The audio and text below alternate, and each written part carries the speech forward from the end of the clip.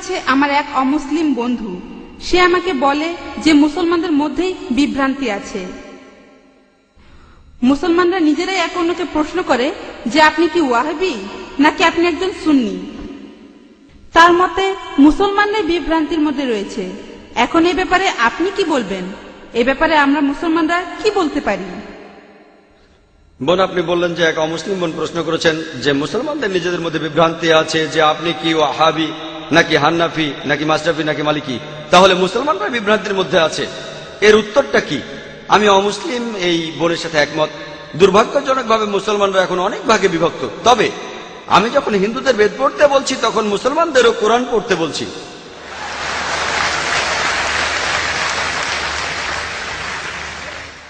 আল্লাহ পবিত্র কোরআনে বলেছেন সূরা আল ইমরানের 103 নম্বর আয়াতে আল্লাহ তাআলা বলেছেন ওয়াতাসিমু বিহাবলিল্লাহি জামিআ ওয়া লা তাফাররাকু, আল্লাহর রজ্জু শক্ত করে ধরো আর বিচ্ছিন্ন হয়ো না। আমরা আল্লাহর রশি ধরবো, আর সেই রশি হলো পবিত্র কোরআন আর সহিহ হাদিস।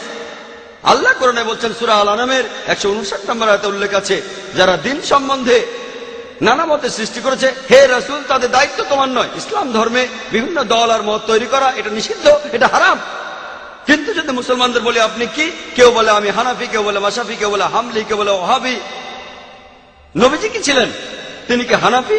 তিনি কি মাশরাফি? তিনি কি হামলি? তিনি কি মালিকি? তিনি কি ছিলেন? তিনি মুসলিম ছিলেন।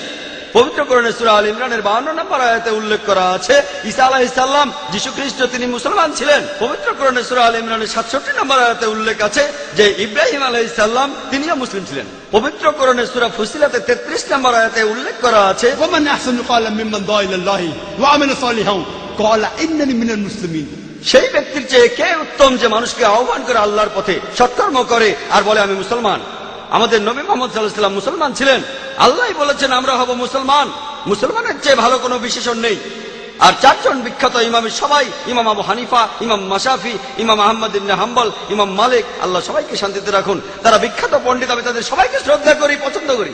তারা বিখ্যাত পণ্ডিত।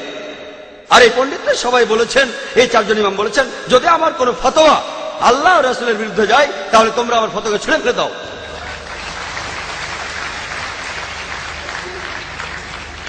যদি ভালো করে দেখেন, এই যে ইমাম যারা ছিলেন তারা মুসলমানদের বিভক্ত করতে চাননি।